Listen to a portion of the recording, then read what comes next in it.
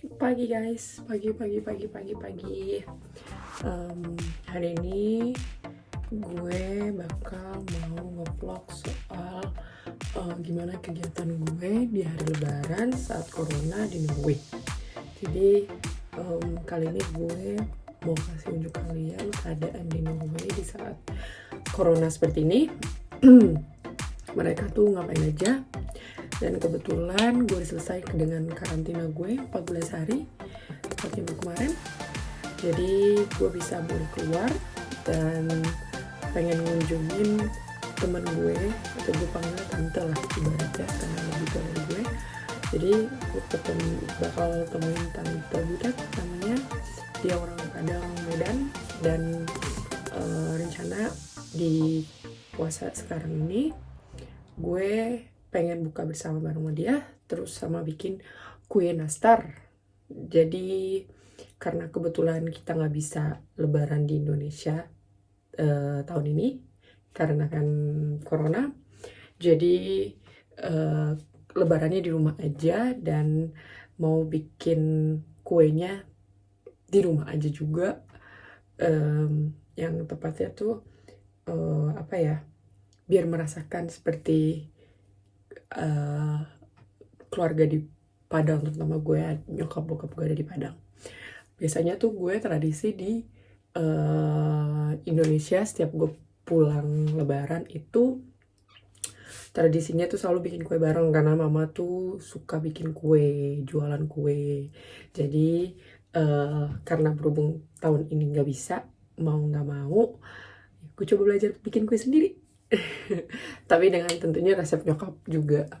Jadi buat kalian ikutin gue terus. Vlog kali ini khusus lebaran, puasa dengan keadaan corona di Norway. So, see you di luar. Bye-bye.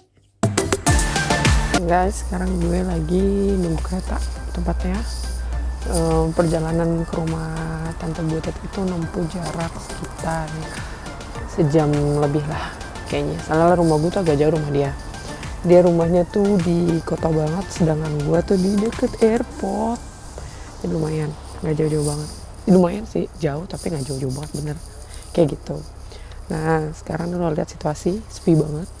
Dan tepatnya di belakang gue ada orang beberapa. Dia tetap masih kayak jaga jarak, nggak boleh dekat-dekat. Dan buat kalian jangan lupa subscribe-nya di bawah ini, like dan subscribe-nya jangan lupa biar support gue terus untuk lanjutin vlog gue yang sempat tertunda. So jangan lupa ya subscribe dan tombol like ya. Okay.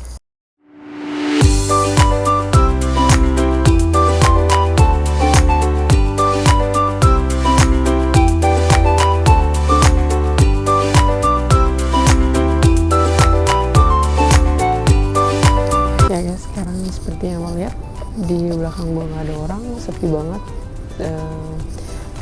Tepatnya sekarang walaupun cuaca bagus, emang sih orang Norway lebih ketimbang milih banyak yang diam di rumah di saat lagi corona seperti ini.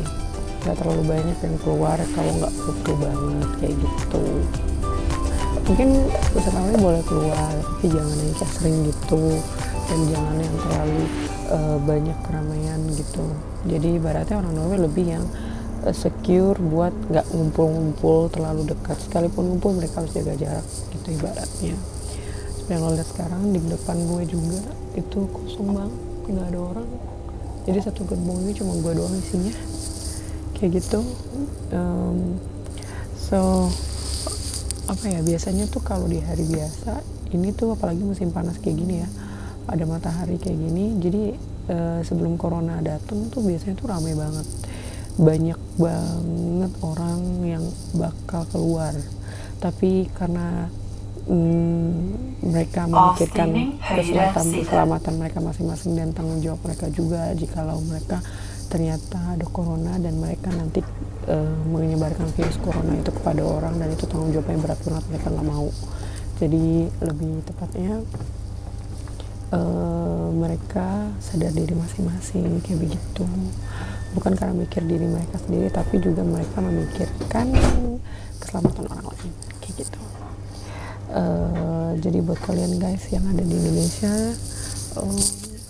keep safe, stay safe di Indonesia, dan juga kalau nggak penting-penting banget jangan keluar, karena jujur isolasi ini tuh bagus banget. Di Norway itu kayak sebelum mereka lockdown, di Norway itu ada ibaratnya peningkatan naik orang yang terkena positif corona itu besar banget. Jadi per hari itu bisa 400, 500, 300 gitu ibaratnya sekalinya naik. Dan alhasil dalam waktu seminggu dia sampai 1000-an lah ibaratnya, udah lebih ya 1000-an yang gue ingat. Dan alhasil mereka memutuskan untuk menutup semua kantor semuanya untuk kerja di rumah sampai tepatnya sekarang, tapi sekarang udah mulai buka perlahan gitu, karena sebulan sih tepatnya di mereka yang kayak sebulanan itu mereka yang tutup total, sampai airport pun mereka tutup.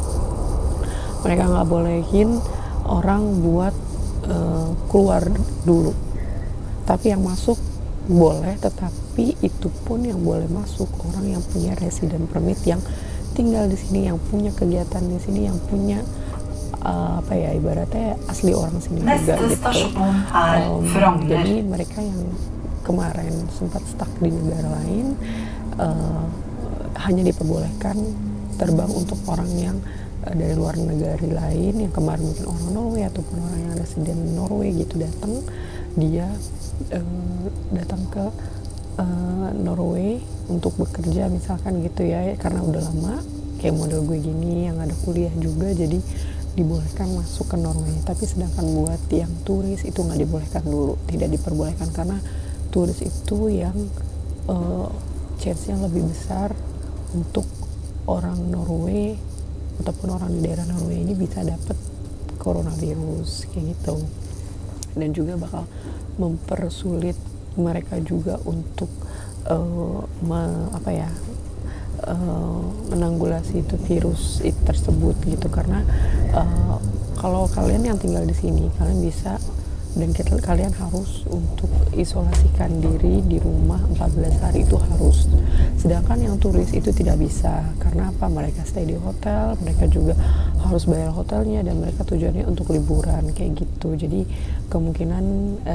jadi pemerintah sini memutuskan untuk orang turis tidak bolehkan dulu, tapi orang yang datang, yang tinggal di sini, orang asli di sini, yang orang punya pekerjaan di sini, yang orang punya sekolah di sini, diperbolehkan masuk kayak gitu.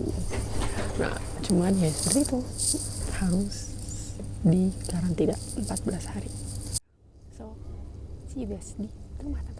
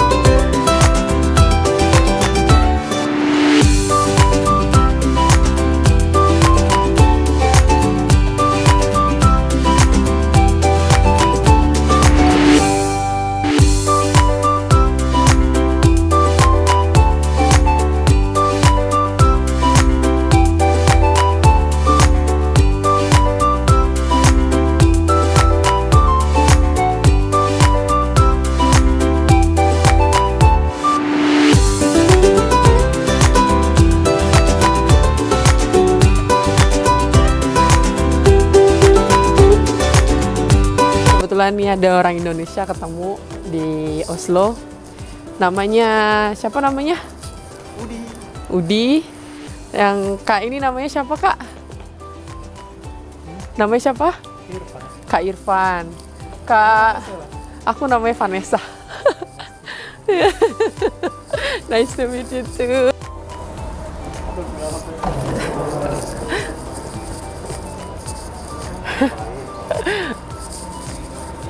Cuaca bagus banget loh. Mau tanya apa lagi? Ya aku mau tanya, udah berapa lama tinggal di Norway, di Oslo? Saya sudah 10 tahun. 10 tahun? Oh lama juga ya, 10 tahun ya? Enakan di Jakarta kan udah. Oh ya, enakan di Jakarta? Kenapa tinggal di Eropa enak? Oh, kenapa tuh? Paling enak. Kenapa? Satu, makanannya nggak enak. Di Norway? Hah? Di Norway, terus? Di sini kan nggak ada sambal terasi, say. Oh iya, jadi kalau mau bikin sambal terasi gimana? Pakai apa? Import lah. Diimport? Terasinya import. Bawa dari Indonesia? Sorry ya, bajunya ngejreng. Nggak apa-apa. Menurut kalian gimana sih pemerintah Norway ngasih kayak penyuluhan buat corona biar coronavirus itu nggak meningkat gitu di Norway? Pendapat kalian gimana? Pendapat Kak Udi? Kalau di sini masalah kesadaran ya sebenarnya. Orang-orang kan pada sadar kayak gitu. Kalau mereka ngasih tahu apa sih namanya? Kalau memanage orang sini agak gampang kayak gitu. Gampang ya. Jadi mereka lebih yang kayak sadar diri ya. Iya, sadar diri. Kalau emang penyakit ini Kan, tuh ya umpamanya ada himbauan dari pemerintah jaga jarak, ya mereka jaga ya jarak. jaga jarak gitu. ya, ibaratnya ikutin Sebenarnya, lah pemerintah ya, ngomongin. paling penting kesadaran. Kesadaran mereka masing-masing ya. Ya sih, bener juga gitu. Terus Ini nggak sadar ngerokok. terus menurut Kak Udi ini kan Norway kan udah mulai balik aktivitas normal ya setelah hampir 2 bulan mereka tutup ya. Sebenarnya belum sih, cuma dicoba. Ini istilahnya kayak gelombang pertama. Ntar kalau banyak yang terinfeksi ditutup lagi gitu. Jadi ini dicoba selama 2 uji minggu. percobaan selama 2 minggu buat ya udah keluar jaga jarak ya intinya. Kalau emang berfungsi jadi bakal next ke depannya kayak gini terus. Sampai corona selesai ya. Tapi kalau misalkan nggak berfungsi mereka bakal lockdown lagi. Oke, gitu. Di sini kayak di lockdown atau apa kayak gitu ya nggak masalah sih, soalnya kan dapat apa namanya support dari pemerintah. Kalau di Indonesia di lockdown agak susah, soalnya kan gimana, orang yang nganggur nggak dapat apa-apa. Kalau di sini orang nganggur kan dapat duit. Kayak istilahnya kalau untuk makan gitu masih gampang lah kalau di sini. Oh gitu. Kira-kira Kak Udi kan nih kerja nih, Kak Udi masih kerja atau maksudnya diberhentiin sementara? Masih kerja biasa. Oh masih biasa ya. Dari kemarin dulu ya kerja. Oh iya. Tapi tahu nggak sih kalau orang kerja di sini terus mereka diberhentiin sementara, dia dikasih duit sama pemerintah berapa persen dari gaji? Di sini untuk bulan pertama yang dari tanggal berapa saya lupa, pokoknya April kemarin lah atau Maret lah. Itu mereka untuk 1 bulan pertama mereka dapat duit 100%. Ya sama aja dapat gaji 1 bulan. Terus gitu ke yang apa namanya bulan keduanya saya pikir tergantung mereka dari tahun lalu dia ngumpulin duit berapa kayak gitu ya. Jadi mungkin mereka dapat 62% atau 80% kayak gitu. Oh, jadi pokoknya average rata-ratanya itu sekitar 50, 60 sampai 80% maksimum ya. Dan itu bakal ditanggung pemerintah selama corona. Ya, ibaratnya. Oh, I see. Ya mudah-mudahan semoga Indonesia kayak gitu juga ya. Mungkin ya di Indonesia mungkin susahnya ya karena itu ya. Banyak orang yang masih keluar, walaupun pemerintah bilang kayak gini, tapi kan dananya mereka mau makan pakai apa ya kan ibaratnya. Ya, itu susah. Iya, terus juga satu ya kesadaran dirinya juga agak kurang. Maksudnya untuk bilang corona ini tuh sebenarnya ya tanggung jawab kita bersama gitu. Iya sebenarnya. Kalau kita punya rezeki lebih, mungkin kalau di Indonesia kita bisa bantu. Kalau di sini kan setiap orang kan udah dapat bantuan, jadi kita nggak perlu kayak gitu menyisikan rezeki kita untuk orang lain. Ya. Pokoknya hati-hati. Kalau jaga jarak itu pasti penting. Ya harus ya. Terus yang paling ingat pikirannya harus positif. Positif aja ya, nggak boleh negatif ibaratnya. Ya ngerti sih Kak. Oke deh Kak Udi, makasih banyak ya udah mau nongol di vlog aku. Jangan lupa ya nanti subscribe juga ya. Pasti. Iya. Thank you.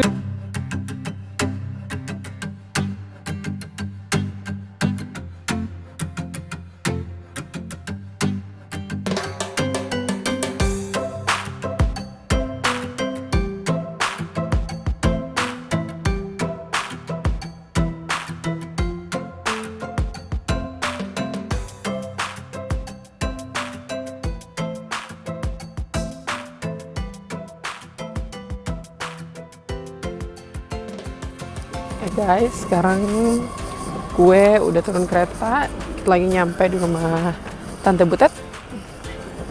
Jadi perjalanan ini cukup panjang ya. Setelah gue naik kereta, dan sekarang naik kereta lagi. Cuacanya bagus banget cuacanya. Maksudnya nggak gelap, terang, udah mau summer. Tapi udah emang summer sih sebenarnya, cuman masih dingin. Dengan barangan bawaan gue tuh, dengan koper ini gue bawa. Malas nenteng-nenteng, jadi gue bawa koper aja. So, seperti yang kalian lihat di Oslo, nggak sedikit, tapi nggak banyak banget juga. Maksudnya kayak ya sederhana, nggak terlalu banyak sih orang yang ada sekarang keluar. Nah jadi tuh ternyata kenapa sekarang mulai dibuka-bukain juga, karena mereka nih lagi ada kayak gelombang untuk membuka gitu. Jadi kayak selama kemarin sebulan lebih, hampir 2 bulan mereka tutup. Jadi ini kayak masa percobaan, dilihat nih selama ikutin peraturan kayak jaga jarak, buat kalau keluar buat jaga jarak, terus sama sering cuci tangan juga, jangan pegang muka ketika tangan lo merasa kotor, bukan kotor berarti kayak lo tuh belum pakai hand sanitizer dan belum cuci tangan, jadi jangan pernah pakai untuk muka, karena itu salah satu juga bikin chance lo untuk dapat corona gitu. Jadi mereka nih sekarang nih lagi coba di kayak gelombang pertama untuk ngebuka dulu buat dibolehin seperti aktivitas normal lagi, kembali lagi. Jadi toko-toko mulai dibuka gitu untuk melihat kalau misalkan emang cara ini berhasil, dari next ke depannya mereka akan coba untuk jaga jarak aja, tetap beraktivitas normal lagi, tapi masih sesuai dengan prosedur. Tapi kalau ternyata masih banyak juga kena orang virus positifnya lebih banyak lagi, dan mereka terpaksa selama nanti 2 minggu itu selesai itu dibuka gitu, ditutup lagi gelombangnya, dan hasil nggak tahu bakal sampai kapan mereka harus diisolasikan diri. Kayak gitu ya sih yang gue dapat tadi informasinya dari orang sekitaran di Oslo. So buat kalian, gue mau nyampe sekarang rumahnya Tante Butet, so nanti see you di dalamnya, oke? Bye. Hai guys, gue udah nyampe nih di rumahnya Tante Butet. Nih, ini yang aku bilang namanya Tante Butet. Orangnya dari mana Tante? Dari Padang Medan ya Tante ya? Enggak, Padang asli. Oh asli Padang. Aku lahir di Sibolga. Oh lahir di Sibolga katanya. Nah terus nih sekarang nih kita kan lagi keadaan puasa nih, sembari nunggu buka puasa, Tante Butet bikin sekarang bakso dulu katanya tuh. Nih cara bikin baksonya Bakso dari daging. Oh asli dari dagingnya. Jadi ketimbang kita beli dan kita nggak tahu itu halal apa enggak ya Tante ya.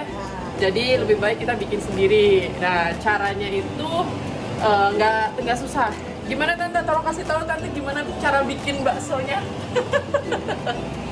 Tuh dagingnya tuh dari daging asli. Oke, dagingnya. Di blender. Terus campur telur, bawang putih, merica. Terus? Habis itu tepung kanji. Udah deh dihaluskan dagingnya, dibulat-bulatin Jadi deh, ya kan. Terus habis itu direbus ya nanti nih. Iya, tapi jangan airnya sampai mendidih. Oh, jangan sampai mendidih. Pelan-pelan dimasukinnya, direbus. Iya, alhamdulillah jadi. Nih jadinya nih. Jadi nggak perlu makan bakso di Indonesia. Oh. Jadi nggak usah jauh-jauh karena kadar Mbak. Ini? Apa? Oh kayak gini tuh jadinya kan. Nih jadi karena berhubung kita nggak bisa Lebaran di Indonesia, jadi kita tuh bikin bakso aja di sini, terus buka puasa di sini, terus bikin kue di sini. Ini namanya sup Vietnam. Oh iya, terus Tante Butet juga bikin sup Vietnam dia. Oh namanya apa Tante? Ke. Jadi itu isinya tuh kayak daging sapi ya Tante? Iya, daging Sapi, lemak-lemaknya juga. Terus diisinya pakai kayak gini nih. Nih, bentar, gue liatin nih. Nih, jadi isinya begini. Ada mie, kue tiaw, ada toge, ada jeruk, ada ini. Kayak gitu. Jadi vlog hari ini khusus di rumah Tante Butet. Kita bikin kue, bikin makanan, sahur di sini, buka di sini. Naik timbangan Naik dong. timbangan juga di sini. Jadi saksiin terus ya. Oke? Dah, gimana tante dadanya? Dadah. Nah, ini adonannya udah digabungin. Nah, ini adonan dari tepung terigu, terus telur, terus vanili, terus apa gitu dia tante? Tepung gula tepung, terus apa namanya sama maizena dijadiin satu. Nah, jadi ini sama susu bubuk, sama susu bubuk dimasukin juga ke sini. Nah, ini yang kita bikin sekarang adonannya untuk 2 kilo. Nah, untuk 2 kilo untuk di adonan itu susunya itu 8 sendok tadi ya tante? Iya. Susu 8 sendok, tepungnya 2 kilo, terus kuning telurnya itu 8, terus apa maizenanya itu berapa maizenanya tante? Maizenanya tadi 8 juga ya Bu ya? Maizena berapa tadi Bu? 8. Oh 8, jadi maizenanya 8 sendok. Terus vanilinya itu gelas teh yang kecil itu setengah aja. Terus abis itu 1,5 sendok teh. ya setengah sendok teh sorry. Iya. Terus abis itu apalagi tadi ya kita masukin ya? Udah itu doang deh kayaknya. Itu Terus aja. terakhirnya kita masukin nanti dari si apa sih mentega yang kita udah cairin, dan menteganya itu untuk 2 kilo itu jadi 1,5 kilo, hampir 1,4 kilo setengah nih untuk ukurannya. Keju 2 genggam. Oh ya, dan keju 2 genggam terakhir lupa. Keju digenggam gitu kita masukin gitu. Nah, jadi setelah si menteganya udah cair, jadi pas menteganya panas cair jangan langsung dimasukin karena nanti bakalan adonannya nggak jadi bagus. Jadi mau nggak mau kita nanti adonannya jadi matang. Jadi kita harus tunggu dulu sampai menteganya dingin baru kita celupkan ke dalam sini. Kayak gitu. Dan mau tahu nggak ini resepnya dari siapa? Ada orangnya di sini tuh. Orangnya lagi telepon-teleponan. Namanya Nuryanti, orangnya di Indonesia. Kuenya enak, resepnya dari dia. Resepnya enak. Enak, biasanya bikin. Biasa tapi kita pesen sama ibu ini. Biasa kita pesan sama ibu ini namanya. Tapi karena corona kita nggak bisa pulang ke Indonesia, jadi kita bikin di sini, minta resepnya sama Ibu Nuryanti yang pinter banget masak kue. Masak kue, kuenya the best. The best kuenya. Tapi buat kalian yang pengen mesen kue nih, gue kasih tahu nih buat kalian pengen mesen kue, boleh ntar gue kasih nomor teleponnya ke sini, bilang pesen kue apa aja, enak banget kue dia. Terutama kue lebaran ya tante ya. Iya, mantap. Ya, mantap. Nah, tante salah satu pelanggannya si Ibu Nuryanti yang di sini. Nih, salah satu pelanggannya yang sering tiap lebaran selalu pesan ya tante ya. Tapi sekarang harus buat sendiri. Bikin sendiri dulu karena kita nggak bisa kemana-mana. Physical distancing, ya kan? Lagi penjara. Ya. Nah, terus untuk si nanasnya itu nanasnya kita blender. Untuk nanas yang 2 kilo berapa, Mam? Bu Nuryanti, berapa tadi? 2 kilo nanasnya berapa?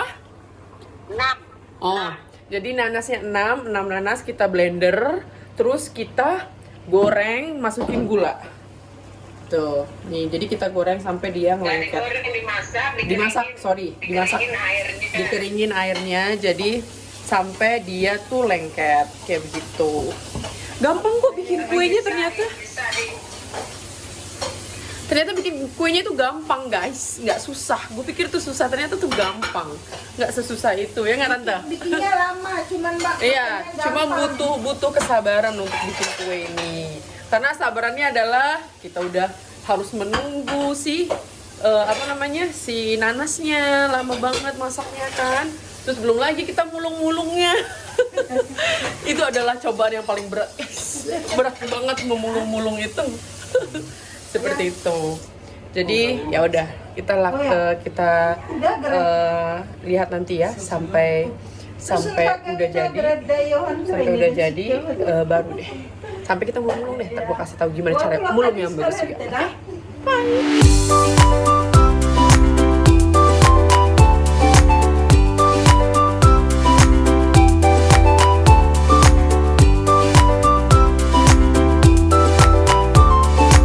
Jadi ini dimasukin ya.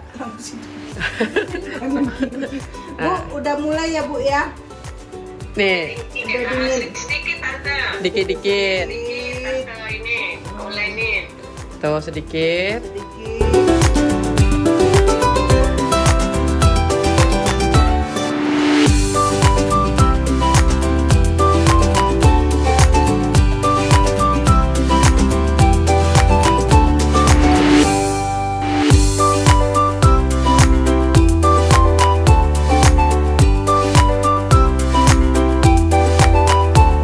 Nah, jadi diaduk-aduk Shay. Sampai seperti ini. sampai bisa dipulung tante. Sampai bisa digulung ya Bu ya? Iya.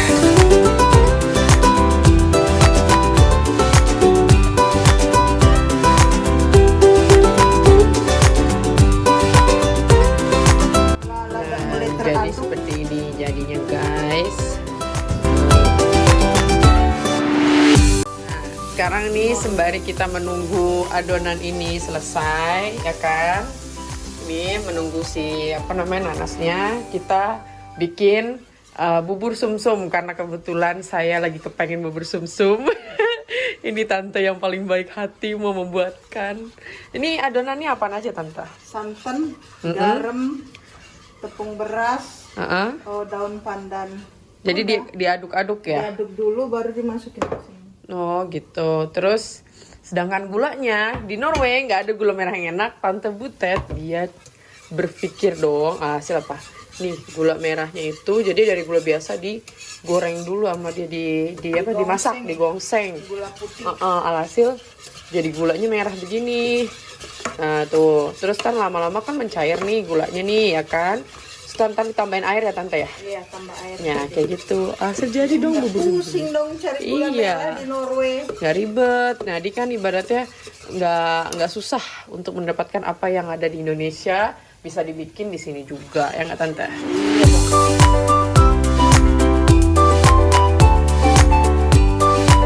Tuh guys, udah mau jadi tuh, kayak gitu.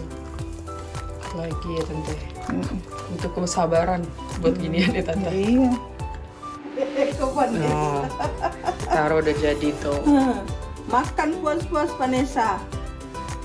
Biar enggak Tuh, makan puas-puas buburnya ya. puas-puas buburnya. Tuh, Sepuas-puasnya. sepuas-puasnya. Mantap, mantap, mantap. Tuh, jadikan selesai deh. Guys, jadi deh bubur sumsumnya ala chef Tante Butet. Tuh, bisa kan bikin ginian di Norway? Nggak perlu pakai ngiler-ngiler lagi, gampang ternyata lo bikinnya.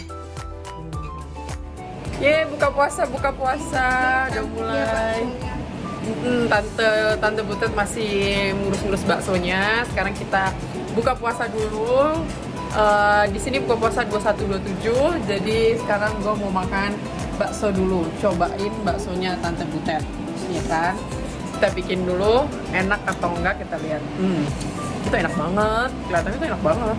Tuh, baksonya tuh kenyal. Buatan sendiri loh, nggak beli. Made by Tante Butet.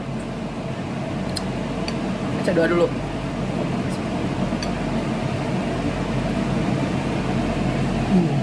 Gila, ini enak.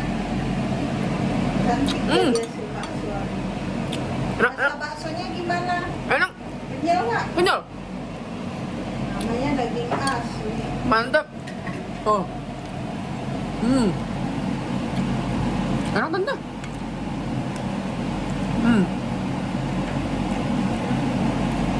Mari makan. Oh enak banget.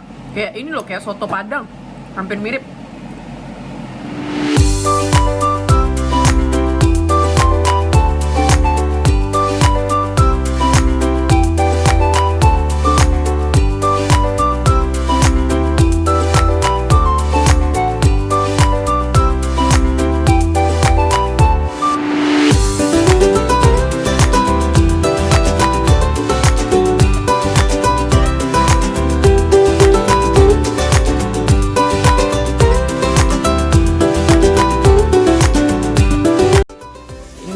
makan bukanya si Johan.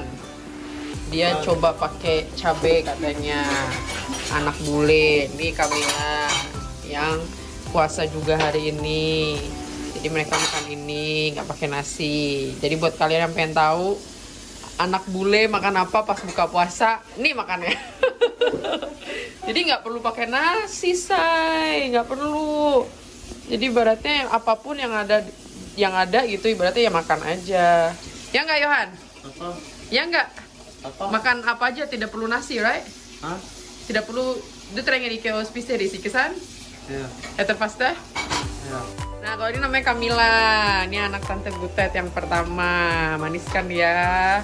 Nah, Camilla juga puasa dia. Puasanya dari pagi, sama gitu sama kayak kita gitu. Ibaratnya dari pagi sampai buka puasa ya, Mila ya. Ya.